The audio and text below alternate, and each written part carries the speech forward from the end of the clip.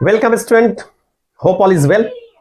तो पिछली क्लास से हम लोग पढ़ते आ रहे हैं करंट इलेक्ट्रिसिटी के बारे में, राइट। तो पिछली क्लास में हम लोगों ने ड्रिफ्ट वेलोसिटी के बारे में पढ़ा, उसके लिए एक्सप्रेशन निकाला था बच्चों, राइट।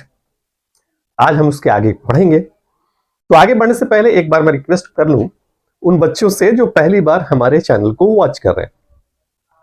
हमारा रिक्वेस्ट ये है बच्चों कि जब भी हमारे चैनल को आप वॉच करना शुरू करें, आप अपने साथ एक कलम और कॉपी लेकर के बैठें, एक कंप्लीट नोट्स तैयार करें, राइट बच्चों। दूसरा ये, चूंकि फिजिक्स का रिलेशन हमारा पीछे से है और अगर आपके पीछे के कॉन्सेप्ट्स अगर आपके क्लियर नहीं है तो आगे समझने में परेशानी होगी बच्चों।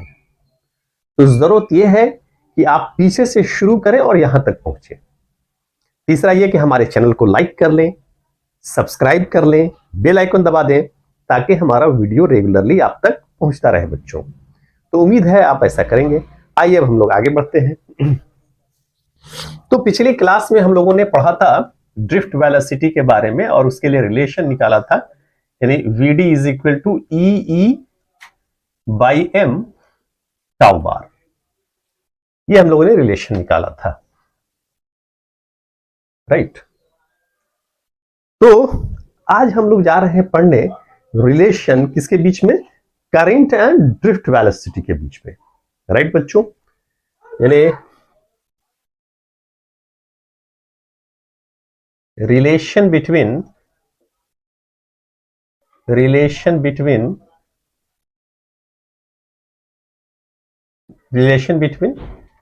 current and drift velocity, current and drift velocity,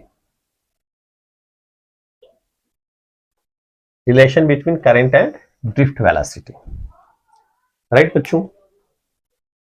तो आइए इस चीज को हम समझते हैं कैसे होगा ये। तो ये एक हम कंडक्टर लेते हैं, इसका ये एक एंड है, दूसरा एंड ये है हमारा, right. Area of cross section ले लेते हैं, क्या है हमारा, इसका ए है। एरिया ऑफ क्रॉस सेक्शन क्या है हमारा, ए है, और इसका लेंथ, इसका हम लेंथ ले लेते हैं एल, राइट। लेंथ हमने क्या किया, एल ले लिया, और इसको हम क्या करते हैं, एक्सटर्नल सोर्स से कनेक्ट कर देते हैं। It is connected by external source. This is the positive and the negative terminal. और करंट का जो मूवमेंट होता है, कन्वेंशनल करंट का जो डायरेक्शन होता है, opposite to the direction of the electronic current, right बच्चों। तो this is the direction of the current. और इलेक्ट्रॉन जो होता है हमारा, जो ड्रिफ्ट जिस वेलोसिटी से मूव करता है, उस वेलोसिटी को हम क्या बोलते हैं, ड्रिफ्ट वेलोसिटी बोलते हैं। तो इलेक्ट्रॉन आपका इस ड्रिफ्ट वेलोसिटी से मूव करता है, राइट बच्चों। तो हम कंसीडर कर लेते हैं दूसरा वाले, ये इलेक्ट्रिक फील्ड का डायरेक्शन पॉजिटिव टू नेगेटिव। तो कंसीडर हम लोग ने क्या किया, consider a conductor of length L and area of cross section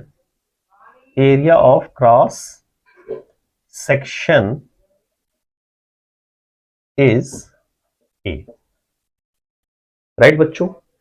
तो ऐसा हमने कर लिया। हम करते क्या है, इन लेते हैं number of electron per unit volume. Late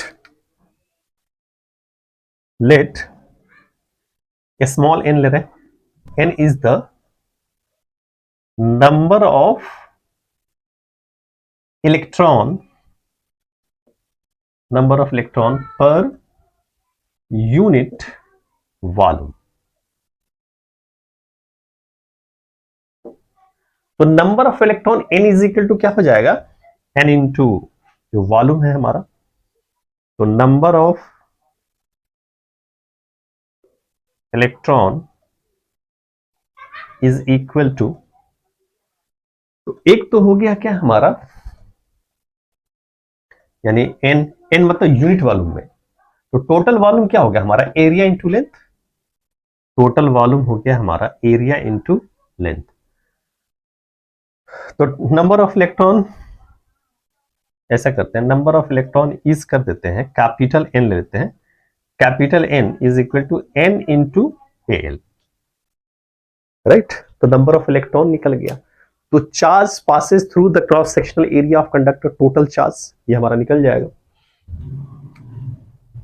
तो टोटल चार्ज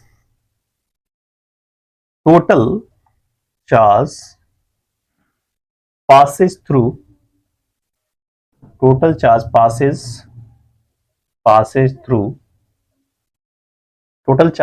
through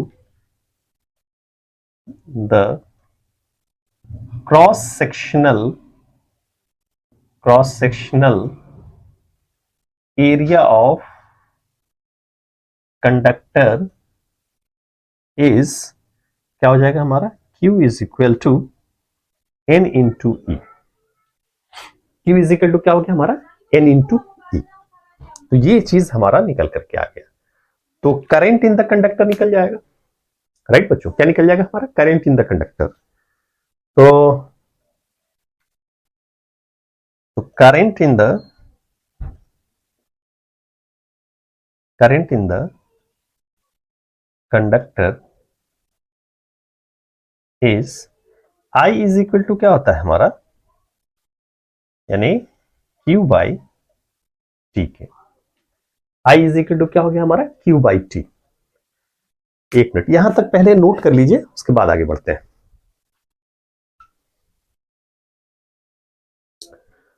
ओके बच्चों, तो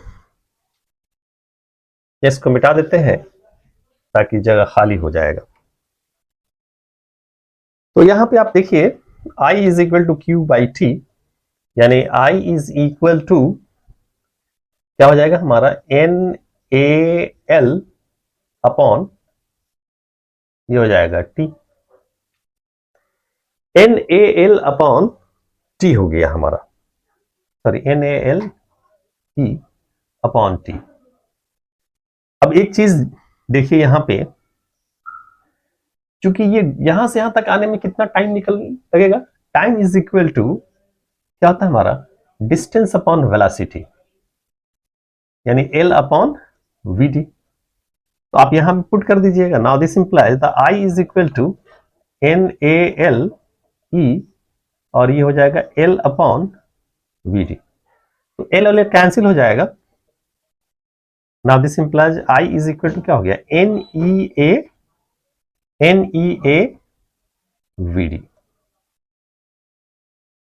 ठीक है बच्चों, I इज इक्वल टू क्या हो गया हमारा, NEA Vd। तो ये हमारा दोनों के बीच में रिलेशन निकल करके आ गया। चलिए नोट कर लीजिए इसको। ओके बच्चों, तो एक क्वेश्चन छोटा सा हम लेते हैं।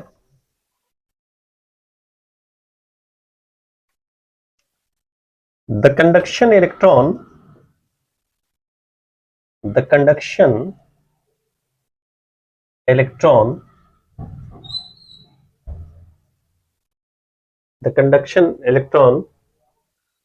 through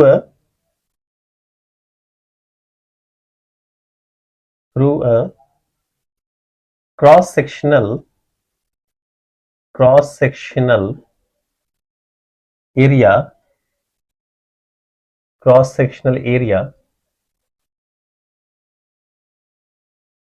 0.25 into 10⁻⁴ meter square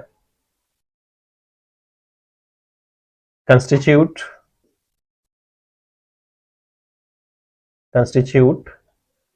current of मान लीजिए 5 ampere, right. The electron number of electron density, the number of electron density, electron density is 10 to the power 25. Find the drift velocity of electron. Find the drift velocity of electron. तो simply जो है आपको formula मालूम है, आप आसानी से इसको पुट करके निकाल सकते हैं। कैसे निकलेगा ये हमारा? आप जानते हैं I इज इक्वल टू क्या था, NEA VD. Now this implies the VD is equal to I upon NEA, right बच्चों। I है हमारा 5 एम्पियर आपने ले लिया, N हमारा कितना है 10 to the power 25, और E जो है E आपका 1.6 into 10 to the power minus 19, और एरिया ऑफ क्रॉस सेक्शन हो गया 0.25 into 10 to the power minus 4, right बच्चों। तब आइए एक चीज हम यहां देखते हैं, ये जब आप डेसिमल हटाएंगे तो ये ऊपर चला जाएगा 100। चलिए ऐसा कर लेते हैं, तो एक स्टेप और बढ़ा देते हैं, ये हो जाएगा हमारा 5 इंटू 100 बाई, अब देखिए 1.6 इंटू 25 इंटू 19 4 23, यानी कितना बचेगा ये 10 to the power 2, राइट। तो ये और ये खत्म हो जाएगा। अब यहां देखिए 50 25, ये हो जाएगा कितना हमारा 16 5 80, 16 5 80 यानी 1/8, 1/8 हो गया। नाउ दिस इज द, जब हम इसको डिवाइड करेंगे तो 0.8 दूनी, सॉरी 8 इकाई 8, 2 बचा 8 दूनी 16, 4 8 पर 40, यानी इतना मीटर पर सेकेंड हमारा वेलोसिटी आ जाएगा। ओके बच्चों, चलिए नोट कर लीजिए।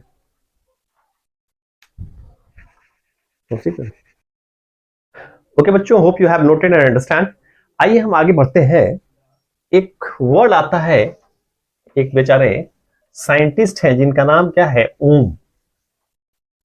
ओम साहब क्या कहते हैं, ओम साहब को जरा सुन लीजिए। बात करते हैं हम लोग ओम्स लॉ की। ओम्स लॉ क्या कहते हैं भाई साहब? ये ओम्स लॉ कहते हैं क्या, यानी किसी भी कंडक्टर से जब आप करंट पास कराते हैं, जैसे ये हमारा एक कंडक्टर है, suppose this is the conductor,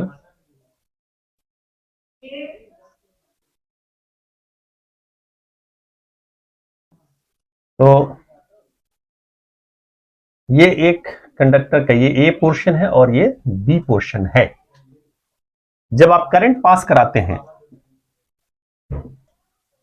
यानी ये वी ए हो गया और ये हो गया वी बी, यानी V इज इक्वल टू क्या हो जाएगा, V A minus V B, यानी पोटेंशियल डिफरेंस। सपोज यहां से आप करंट I पास कराते हैं, है ना, तो उन्होंने क्या किया, ओम साहब ने क्या किया, फिजिकल कंडीशन को कोई चेंज नहीं किया। फिजिकल कंडीशन का मतलब ये हुआ कि आप टेम्परेचर को नहीं बढ़ा रहे हैं, उसके अंदर स्ट्रेन प्रोड्यूस नहीं कर रहे हैं, यानी खींचतान नहीं कर रहे हैं, राइट। यानी फिजिकल कंडीशंस को क्या रखा गया, कांस्टेंट रखा गया, है ना। और उसके बाद से क्या देखा इन्होंने, करंट को बढ़ाया। क्या करते थे, ये करंट को बढ़ाते थे। जितना ज्यादा, जैसे जैसे करंट को बढ़ाते थे वैसे वैसे क्या होता था, उन्होंने क्या किया, एक्सपेरिमेंट किया, और एक्सपेरिमेंट को, अपने एक्सपेरिमेंट को ग्राफ पे एक तरह से उन्होंने रिप्रेजेंट किया, राइट। तो ये इन्होंने रखा किस चीज के लिए? पोटेंशियल डिफरेंस के लिए, पोटेंशियल डिफरेंस। और इस पे जो है करंट लिया उन्होंने। तो क्या देखा कि जैसे करंट को बढ़ाते हैं वैसे ही जो है इसका पोटेंशियल डिफरेंस भी बढ़ता है।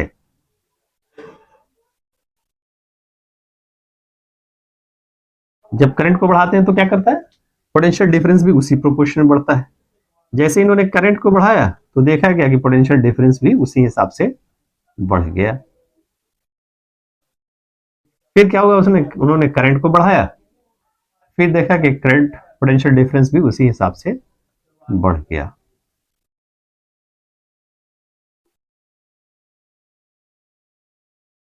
राइट। और जब ये इन्होंने क्या किया, ग्राफ जब खींचा तो ये स्ट्रेट लाइन आया। राइट। क्या है हमारा? एक स्ट्रेट लाइन, यानी क्या है हमारा? कांस्टेंट आ रहा है। तो क्या इन्होंने देखा कि जैसे ही करंट को बढ़ाते हैं पोटेंशियल डिफरेंस भी बढ़ जाता है उसी प्रोपोर्शन में। जैसे करंट को डबल किया तो पोटेंशियल डिफरेंस भी क्या हो गया? डबल हो गया।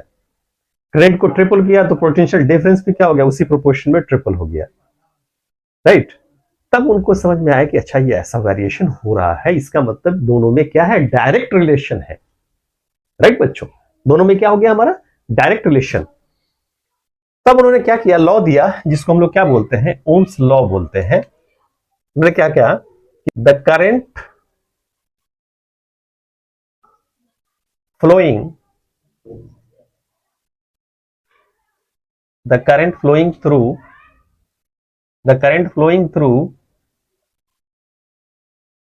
any conductor, the current flowing through any conductor is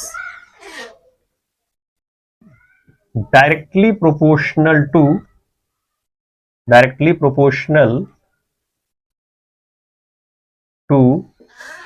potential difference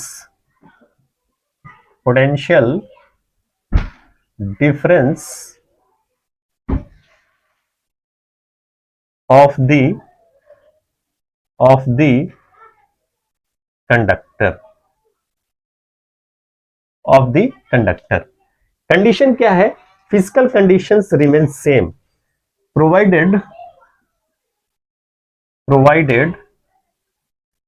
physical condition remains constant। Physical conditions को क्या रखा गया? हमारा कांस्टेंट रखा गया। फिजिकल कंडीशन कांस्टेंट रखने का मतलब टेम्परेचर हो गया, स्ट्रेन हो गया, etcetera.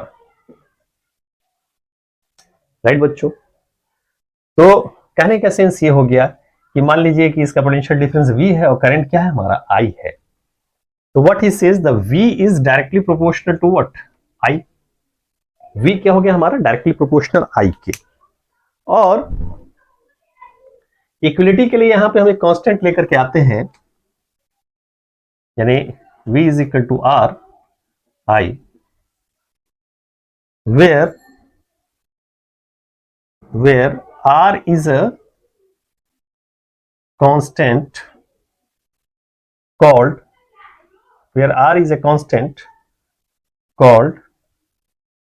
resistance of the conductor। R जो हमारा कांस्टेंट है, जिसको हम लोग क्या कहते हैं? रेजिस्टेंस ऑफ द कंडक्टर कहते हैं। राइट बच्चों, चलिए नोट कर लीजिए इसको।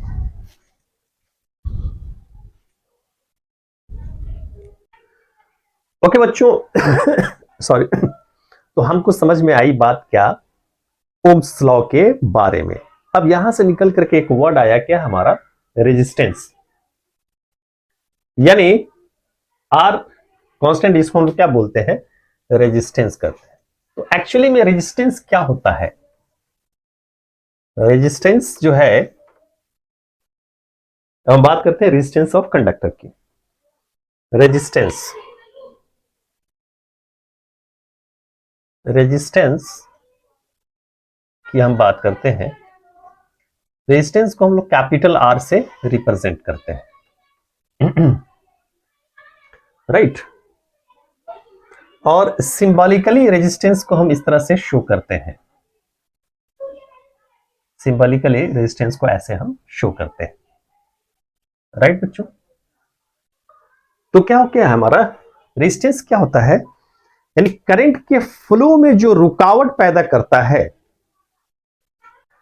ओके, तो हम लोग बात कर रहे हैं क्या रेजिस्टेंस के बारे में। तो रेजिस्टेंस क्या होता है हमारा, करंट के फ्लो में जो रुकावट पैदा करता है, किसके जरिए, हवा के जरिए नहीं, है ना, उसको हम लोग क्या बोलते हैं, रेजिस्टेंस बोलते हैं, राइट बच्चों।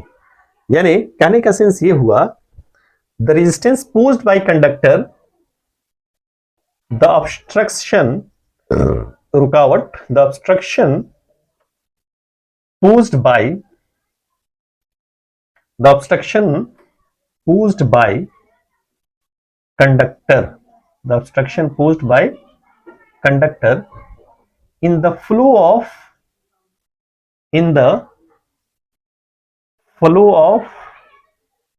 current, the obstruction posed by conductor in the flow of current is called resistance, resistance. और resistance R is equal to, अभी हम लोगों ने देखा क्या होता है हमारा, V इंटू आई के। यानी कहने का सेंस क्या है,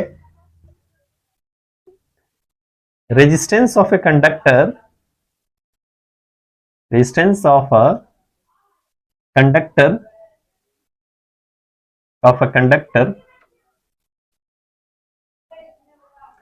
is defined as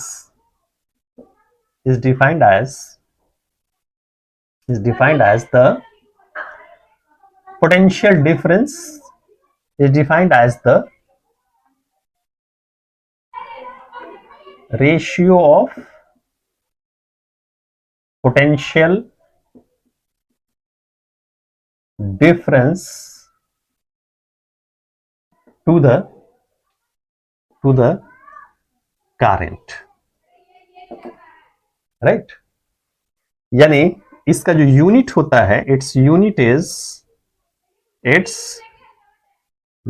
इज ओम, जिसको सिंबॉलिकली इस तरह से हम रिप्रेजेंट करते हैं, राइट बच्चों। चलिए इसको नोट कर लीजिए।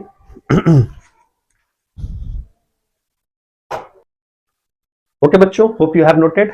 अब आइए हम आगे बढ़ते हैं।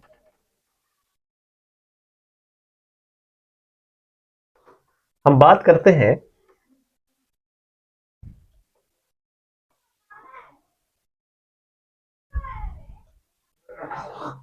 रेजिस्टेंस एंड रेजिस्टिविटी की। Now we are talking about the resistance and resistivity, resistance and resistivity. Okay बच्चों, तो हम बात कर रहे हैं रेजिस्टेंस ऑफ एंड रेजिस्टिविटी की। देखिए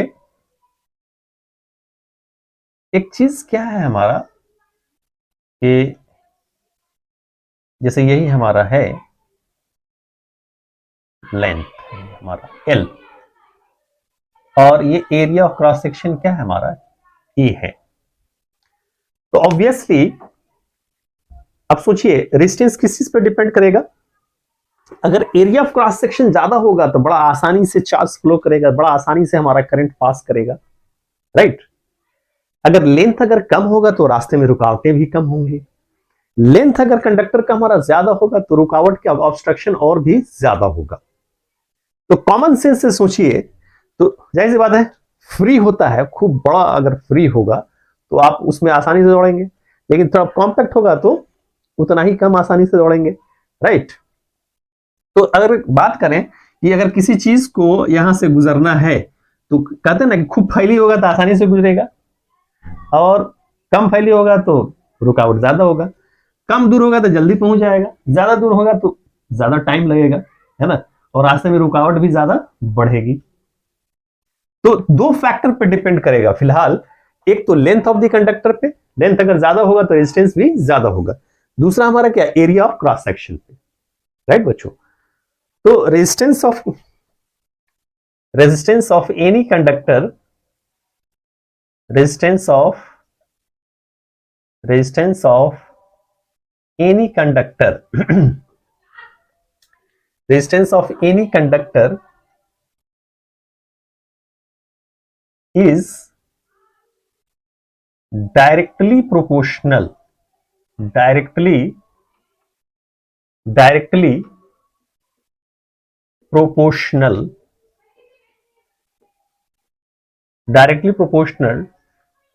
to the length of the conductor,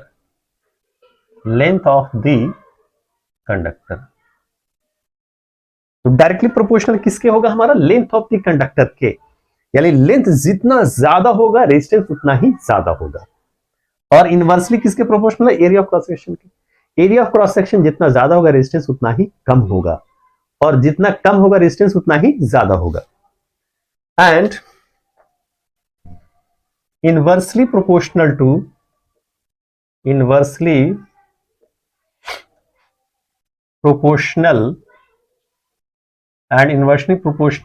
to what, area of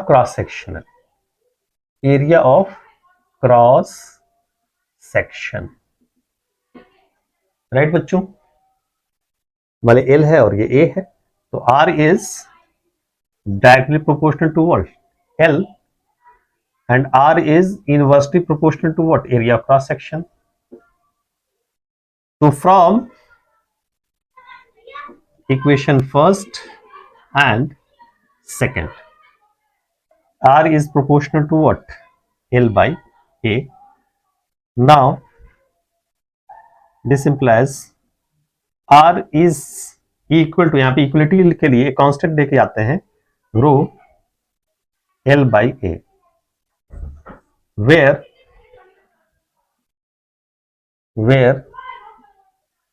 rho is a constant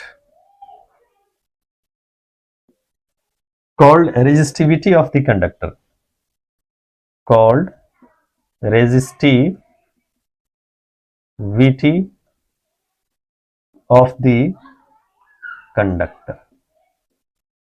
तो इसी को हम लोग क्या बोलते हैं, रेजिस्टिविटी ऑफ द कंडक्टर बोलते हैं, राइट बच्चों। चलिए यहां तक नोट कर लीजिए, फिर आगे हम देखते हैं।